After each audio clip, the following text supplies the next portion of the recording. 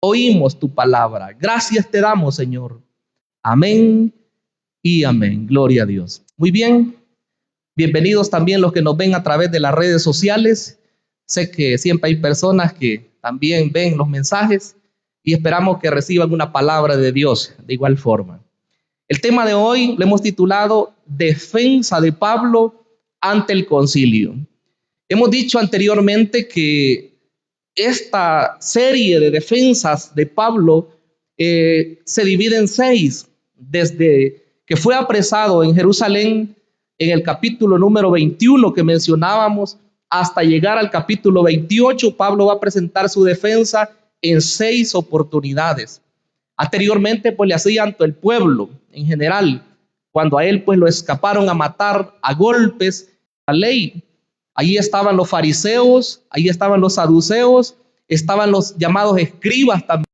Dice que pasó un día, ¿verdad? Después de que lo habían amarrado a él, después de que lo habían intentado azotar, y hoy llama a los del Sanedrín. Y él quería saber cuál era la causa por la cual querían matar a Pablo. Como ya hemos visto, por lo menos en 2 oportunidades ellos decían que muera. Este hombre no merece vivir. Y entonces el tribuno, pues que era una persona de autoridad, como lo hemos explicado, de Roma, él dice, yo quiero saber qué es lo que pasa. ¿Cuál es la razón? ¿Cuál es la causa por la que lo quieren matar a él? Y vemos en el versículo 30 que dice que al día siguiente, pues queriendo saber, de cierto, dice, la causa por la cual le acusaban los judíos, le soltó las cadenas, o sea, siempre estaba atado, y mandó venir los principales sacerdotes y a todo el concilio, y sacando a Pablo le presentó ante ellos, poder despedazarlo según ellos, ¿verdad?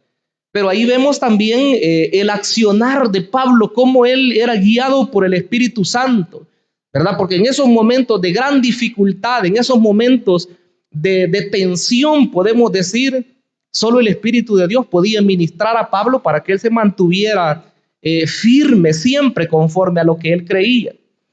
En el versículo 1 ya del capítulo 23 dice, aquí comienza Pablo su defensa. Entonces Pablo, mirando fijamente a la audiencia en el Señor, el momento de la conversión de él hasta este día que él está hablando, sino lo que él está diciendo es todo el tiempo en su vida, dice que él ha vivido con limpia conciencia. Pensemos hoy nosotros cómo somos y cómo nos sentimos también al estar delante de Dios. Y ahora no digamos, ¿verdad? Por supuesto, cuando una persona nos interroga a nosotros, ¿cómo es nuestra conciencia? Porque la conciencia o nos acusa o nos liberta. Eso es el papel de la conciencia. En la primera carta del apóstol Juan se habla un poco acerca de eso y dice que si nuestra conciencia no nos reprende, ahí dice corazón, pero es la misma palabra, dice que si nuestro corazón no nos reprende, confianza tenemos para con el Señor. Pero si nuestro corazón nos reprende, entonces dice que mayor que nuestro corazón es Dios. Como quien dice, nosotros mismos sabemos si estamos actuando correctamente o no lo estamos haciendo así. Pero Pablo dice, yo con limpia conciencia he vivido todo el tiempo, hasta hoy, dice él, toda mi vida he vivido con limpia conciencia, dice él. Yo con toda buena conciencia he vivido delante de Dios hasta el día de hoy. Muchos han preguntado acá y dicen, bueno, pero ¿y cuando mataba a los cristianos? Cuando perseguía a la iglesia del Señor, cuando hacía todo eso, ¿por qué lo hacía Pablo? Y consciente, sino de una manera sincera, pensaba él que hacía las cosas, pero estaba engañado. Y así están muchas personas actualmente en la religión. No es que ellos quieran seguir, nosotros pudiéramos decir, necios, ¿verdad? En su religión, necios en su argumentación, sino que ellos piensan que así agradan a Dios. Entonces nosotros debemos ser un poco quizás cuidadosos en ese sentido, porque Pablo hacía todo pensando que estaba agradando a Dios. Sin embargo, cuando Dios se le revela, cuando Dios se le manifiesta, se da cuenta él del error que él había cometido.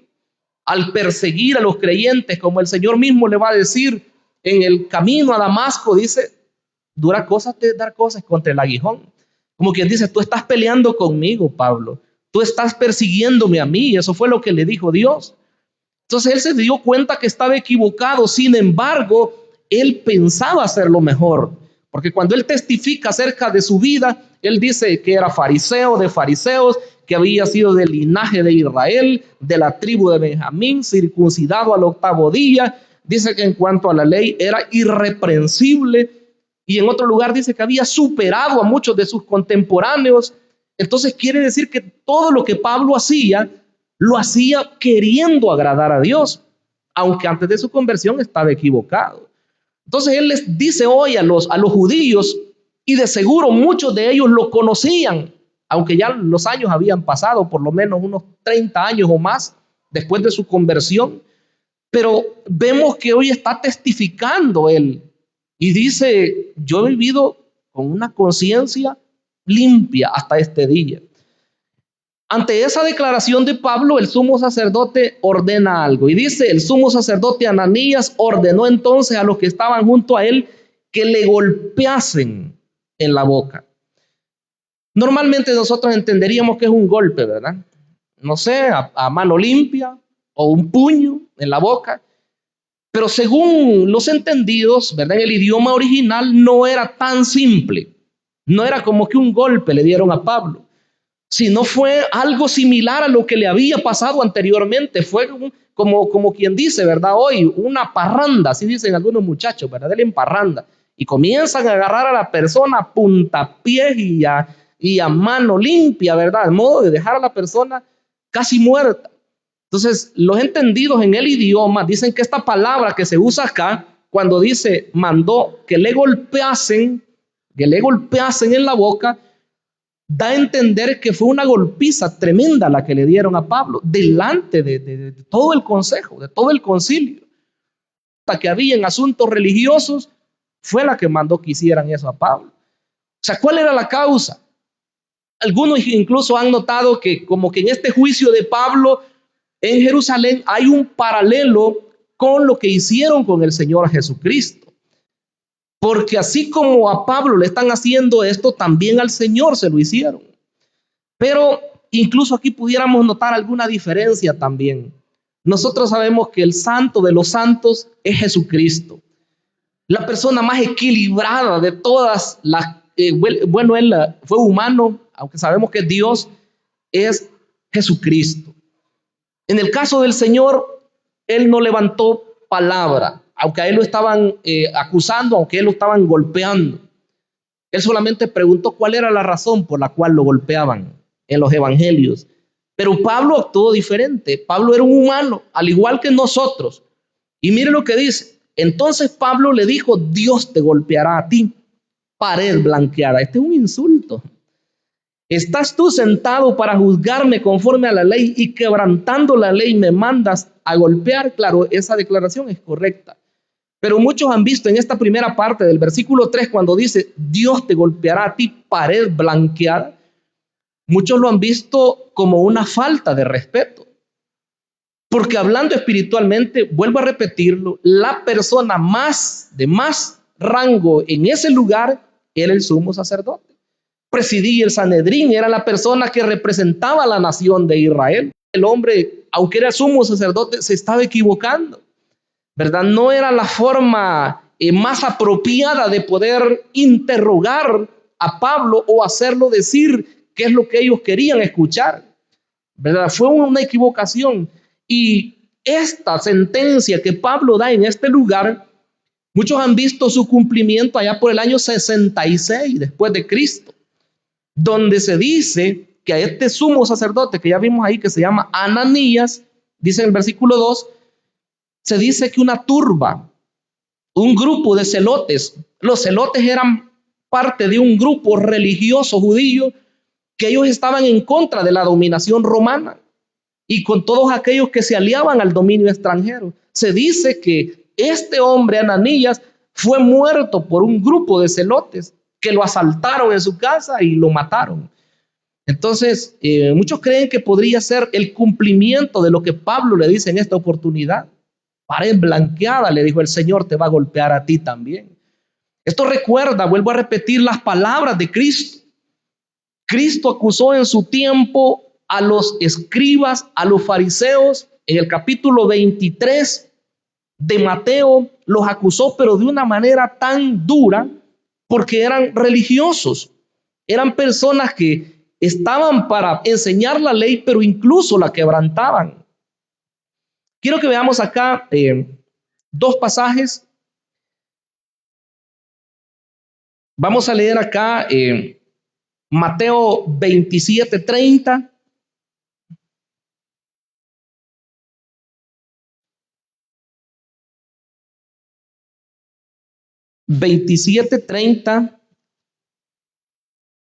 De Mateo,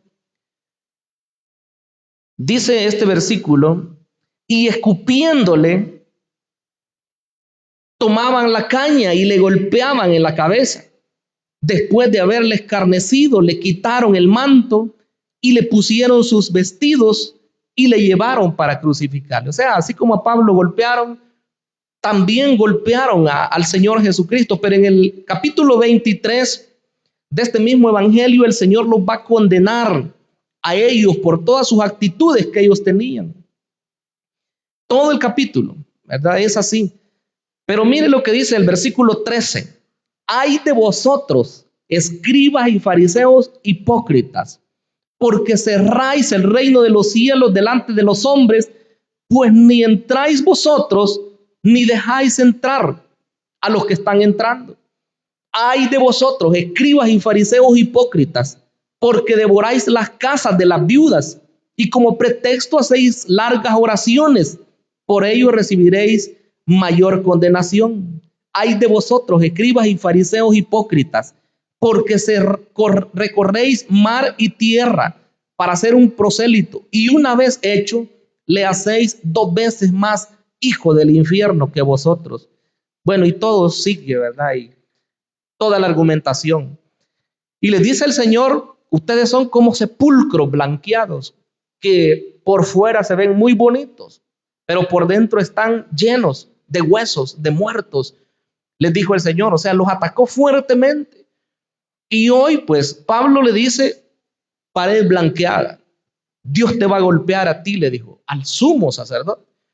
Claro, ya expliqué, ¿verdad?, que pudo haber una palabra quizás demasiado fuerte ahí en el caso de Pablo, dirigiéndose a una autoridad superior. Sin embargo, pues, repito que estaba quebrantando la ley el sumo sacerdote. Y Pablo dice en el versículo 5, no sabía, hermanos, porque le preguntan en el 4, los que estaban presentes le preguntan al sumo sacerdote de Dios injurias. Pablo dijo: no sabía, hermanos, que era el sumo sacerdote, pues está escrito: no maldecirás a un príncipe de tu pueblo. O sea, Pablo conocía la ley. Eso estaba en el libro de Éxodo 22:28. Esa declaración: no maldecir a un príncipe de su pueblo.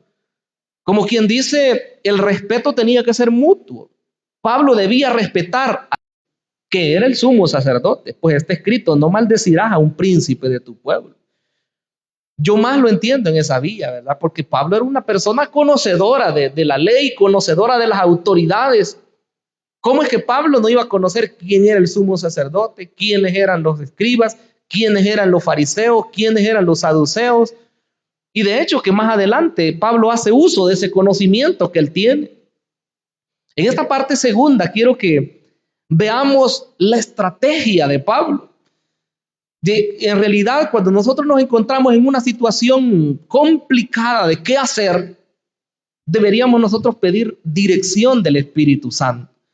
Porque si actuamos de una manera humana, lo más seguro es que nos vamos a equivocar y después vamos a tener que lamentarnos. Mire lo que hizo Pablo ahí, en esa oportunidad. Ya se había ganado el problema, ya le habían golpeado en la boca, ya lo habían maltratado y él pues había hablado fuertemente también. El versículo 6 dice: entonces Pablo, notando que una parte era de saduceos y otra de fariseos, alzó la voz en el concilio: varones hermanos, yo soy fariseo, hijo de fariseo, acerca de la esperanza de la resurrección de los muertos se me juzga. Él no estaba mintiendo, él estaba diciendo una verdad. Sin embargo, lo usó como estrategia, porque él sabía que en ese concilio parte de ellos, gran parte, por cierto, eran fariseos. Y otra parte que se dice que en el Sanedrín, la mayor parte de los 71 miembros eran fariseos, casi siempre se manejaba así. Los saduceos eran una minoría y los escribas eran parte de los mismos fariseos. Entonces Pablo de cierto modo se hizo del lado de los que eran más.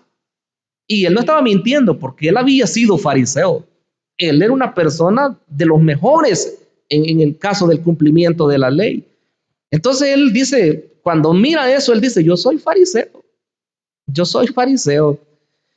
Varones hermanos, soy fariseo, dijo él, hijo de fariseo. Acerca de la esperanza de la resurrección de los muertos, se me juzga. ¿Creemos nosotros en la resurrección de los muertos? Claro que sí. Es parte de la enseñanza de las doctrinas fundamentales del Evangelio. Dice la Escritura que Jesucristo es el primero.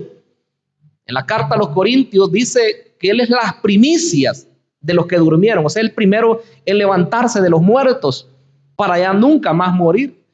Entonces Pablo creía eso y él dice acerca de la esperanza que nosotros tenemos de la venida del Señor de nuevo, por eso se me está juzgando.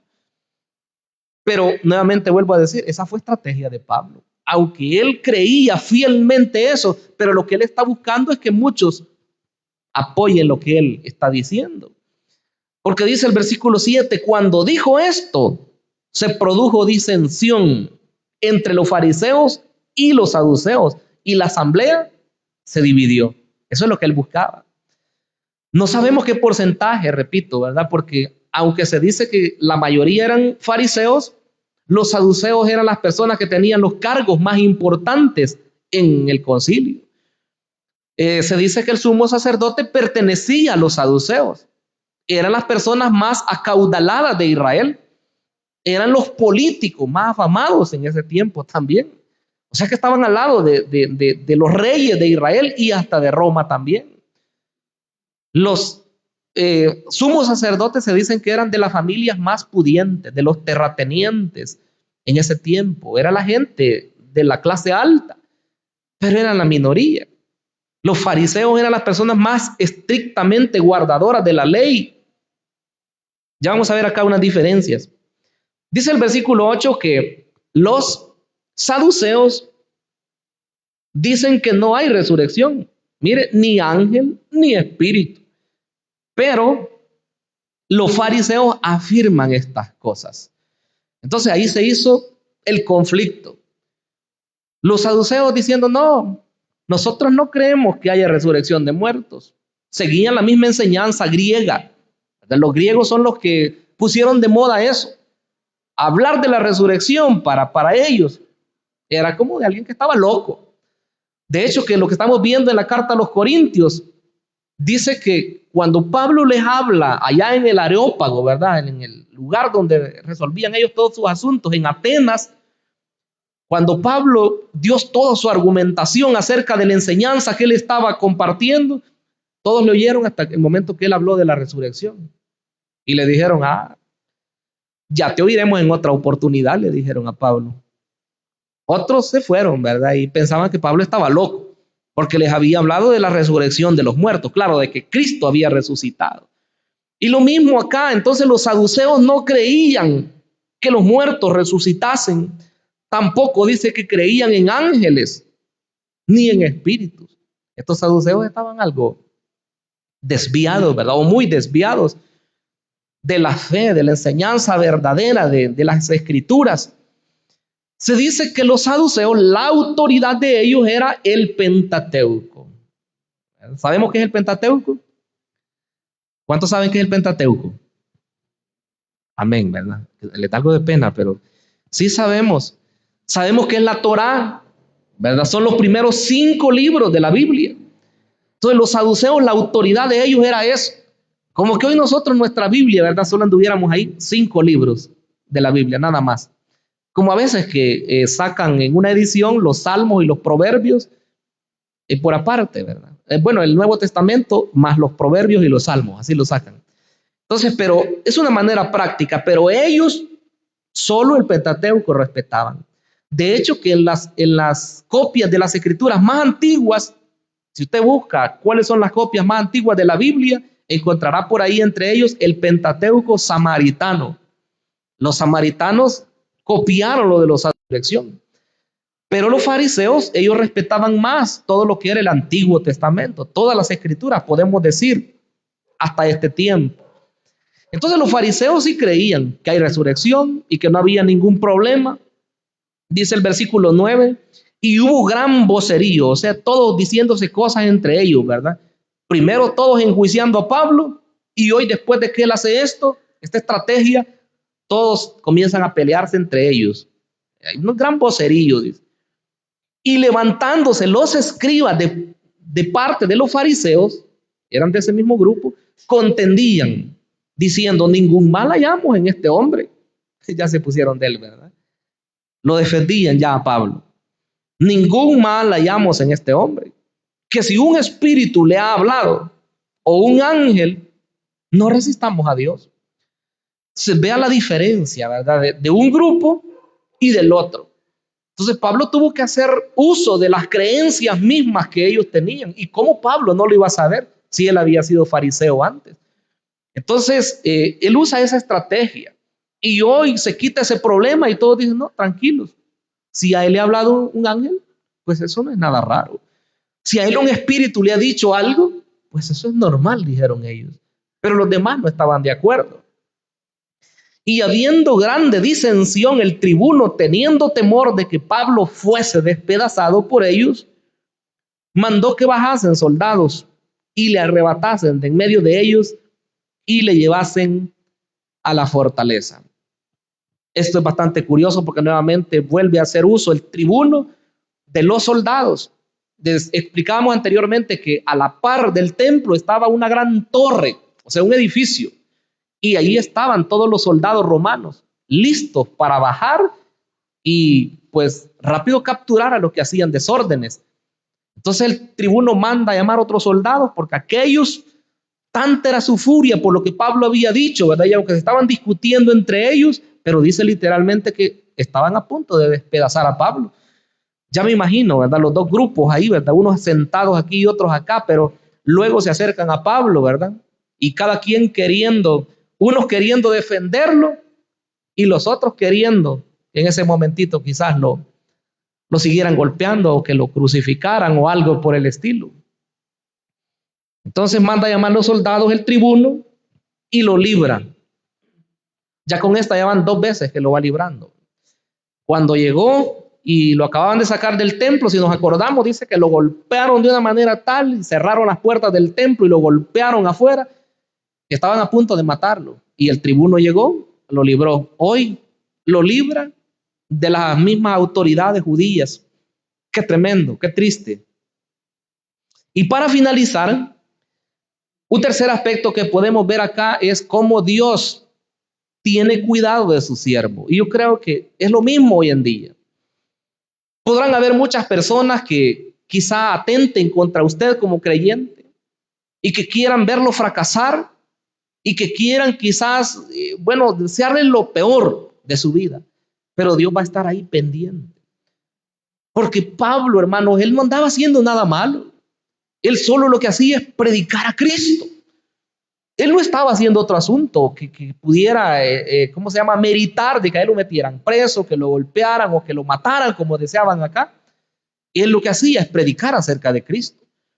Pero vea lo que pasó en el versículo 11, dice, a la noche siguiente, o sea, ya pasó, ¿verdad? Un día duro para él.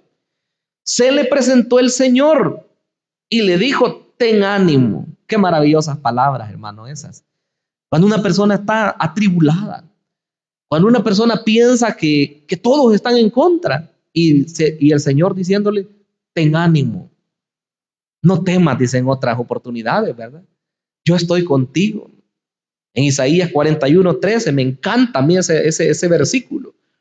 El Señor por medio del profeta le habla a Israel en aquel tiempo, claro, 700 años antes de Cristo, y le dice, no temas, yo estoy contigo.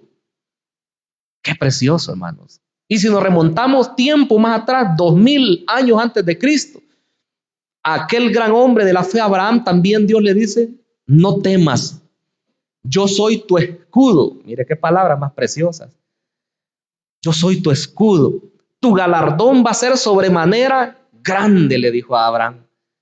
Entonces todas las personas, hermanos, enfrentamos momentos en los cuales pudiéramos sentirnos quizás vulnerables, pudiéramos sentirnos como que ya no poder más, pero ahí está el Señor. Ahí está Él para fortalecer y para decir, aquí estoy yo. Y si usted revisa cada uno de los acontecimientos en los que el Señor se presenta y le dice a la persona, no temas, eran momentos que ameritaban de verdad. Si comenzamos de atrás para adelante, lo que acabo de decir de Abraham, en el momento que Dios le dice esas palabras a Abraham, en el capítulo 15 de Génesis, Abraham acababa de estar peleando con 5 reyes. Claro, había habido una guerra ahí, ¿verdad? Y a Lot se lo llevaron prisionero, y a los reyes de esas ciudades se los habían llevado, les habían quitado todas sus posesiones, y Abraham armó rápido a 318 criados y va y corre y rescata a su sobrino Lot y todas las cosas que les habían quitado, y él regresó. Y claro, ya había dado gracias a Dios. Dice la escritura que dio ofrenda al Señor y él había prometido pues presentar a Dios lo mejor. Después de eso viene la palabra de Dios a Abraham y le dice a Abraham, no temas. Muchos han creído que Abraham podría estar quizás pensando que los reyes podían tomar represalias en contra de él, pero el Señor le dijo, no temas, no temas.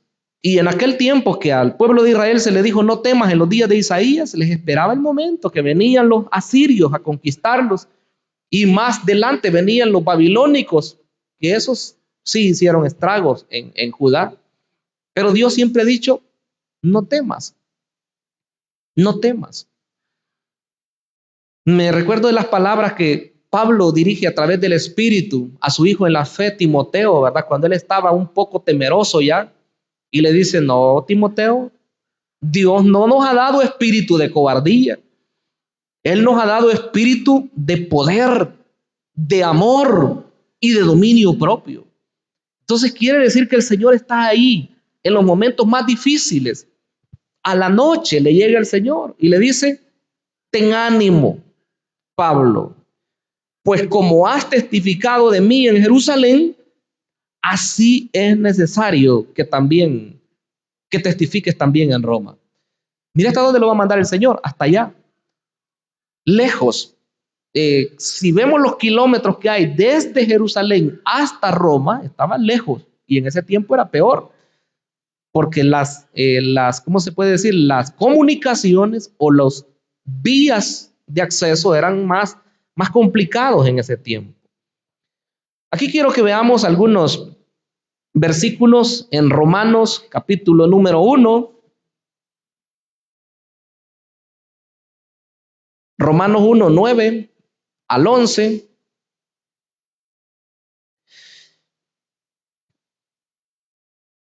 Pablo ya había expresado su deseo de ir a Roma. Y acá, pues, de paso quiero decir algo. Esta carta se escribió antes, para que veamos que la secuencia. La carta a los romanos se escribió antes de lo que hoy estamos citando. Dice 1:9, porque testigo me es Dios, a quien sirvo en mi espíritu en el evangelio de su Hijo, de que sin cesar hago mención de vosotros, siempre en mis oraciones, rogando que de alguna manera tenga al fin, por la voluntad de Dios, un próspero viaje para ir a vosotros. Esta carta le escribió Pablo cuando estaba en Corinto, y eso pues lo vimos allá, ¿verdad? Por el capítulo 18 de Hechos. Entonces, él escribe esta carta y a los hermanos en Roma ya les había dicho, yo espero que Dios me dé una oportunidad de llevarles el mensaje a ustedes. Pues hoy el Señor le está confirmando y le dice, vas a testificarme en Roma. Es la confirmación. Si vemos el capítulo 15 siempre de Romanos, allá al final, 15:23 de Romanos, dice el versículo 22, incluso por esta causa, él ya explicó que él quería predicar donde nadie hubiera llegado a presentar el mensaje de Jesús antes. Y dice Pablo, por esta causa me he visto impedido muchas veces de ir a vosotros. Le está hablando a la iglesia de Roma. Pero ahora, no teniendo más campo en estas regiones, y deseando desde hace muchos años ir a vosotros. Oiga, Pablo deseaba desde hace tiempo ir a predicar en Roma. Dice el versículo 24, cuando vaya a España, iré a vosotros. O sea, de paso, ¿verdad? Iba a pasar por donde ellos, porque espero veros al pasar y ser encaminado allá por vosotros, una vez que haya gozado con vosotros. Entonces Pablo tenía ese firme deseo de ir a Roma. Ahora el Señor le dice en este capítulo 22 o 23, versículo 11, ten ánimo, Pablo, pues como has testificado de mí en Jerusalén, así es necesario que testifiques también en Roma. Claro, aquí falta todavía.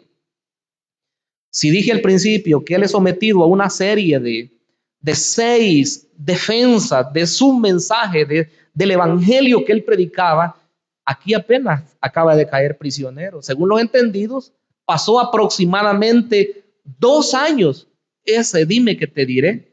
Aquí lo dejan tranquilo a él. Luego viene un complot que quieren matarlo, lo mandan de nuevo a la cárcel, después lo manda a llamar otro gobernador, y así lo tenían. Al final cambian hasta de gobernador y lo van a seguir llamando a ver qué tal. Y en una de esas, claramente dice el texto sagrado que estas personas eran corruptas, como los políticos de siempre y de todas las sociedades. Dice que esperaba que le dieran un soborno. Quizás esperaba que Pablo dijera, no, por aquí dando una buena ofrenda, ¿verdad? Y te vamos a dejar, y déjame libre. Pero Pablo no era de ese tipo de personas. Entonces nada de eso movió a Pablo a cambiar su postura, y al final vamos a ver que ya cuando Dios tiene a bien que es el momento, permite que él se encamine hacia Roma. Y eso es lo último que narra este libro de Hechos, pero vamos paso a paso. Por el momento hemos hablado de su segunda defensa. Yo creo que siempre hay algo que aprender. Y en este sentido, pues, vemos cómo Pablo actuó de una manera astuta, si lo decimos, de manera, con palabras humanas. Pero la realidad es que fue el mismo Espíritu de Dios el que lo llevó a él a comportarse de esa manera para poder, de cierto modo, ser protegido por un grupo del concilio. Y al final, pues, desvió la atención de lo que quizás le pudieron hacer en esa oportunidad. Que Dios nos guíe a nosotros, porque hasta este momento, pues nosotros no hemos estado acusados, ¿verdad?, por ser cristianos. Nosotros tenemos libertad. Si ya saliéramos, podemos predicar ahí en la calle, nadie nos dice nada. Pudiéramos ir a una plaza de San Salvador y bueno, hoy de cierto modo parece que hay un cierto inconveniente. Pero no hay una prohibición que se diga ya no pueden predicar, ¿verdad? Así. Claro, hay algunas reglas que hay que seguir, eso sí, ¿verdad? Si es una campaña evangelística, se sacan permisos de las autoridades. Pero la ley actual de nuestro país no nos prohíbe predicar. Hay libertad de culto. Entonces no tenemos problema. No sabemos si llegará un tiempo en nuestro país que pueda haber alguna prohibición. Pero si lo hubiere, pues creo que el cristiano verdadero debe de saber quién es su Dios, ¿verdad? El Dios de nosotros tiene que tener el primer lugar. Como dijeron aquellos hombres en aquella oportunidad, es necesario obedecer a Dios antes que a los hombres. Es necesario respetar las autoridades hasta donde no riña con lo que la Escritura dice. Esa es la realidad. Así que vamos a orar en esta oportunidad y a darle gracias al Señor. Padre amado que estás en los cielos, te damos gracias, Señor, por tus misericordias, por tus grandes bondades, mi Dios. Tú nos permites el poder predicar tu palabra, Señor. Sabemos que todavía, Señor, tú estás con nosotros, que tu favor, que tu misericordia, Señor, está de nuestro lado. Tú nos has permitido, Señor, que fuerzas contrarias a tu evangelio, Señor, puedan impedir que nosotros lo hagamos en nuestro entorno. Pero queremos pedirte, Señor, que nos des valentía, que nos des este denuedo que necesitamos para poder, Señor, proclamar tu evangelio glorioso. Permítenos siempre poder ser hombres y mujeres llenos, Señor, con tu Espíritu Santo. Y de esa forma, Señor, ser convincentes en el mensaje que presentamos. Mi Dios amado, te damos las gracias. En Cristo Jesús, nuestro Señor. Amén y amén. Gloria a Dios.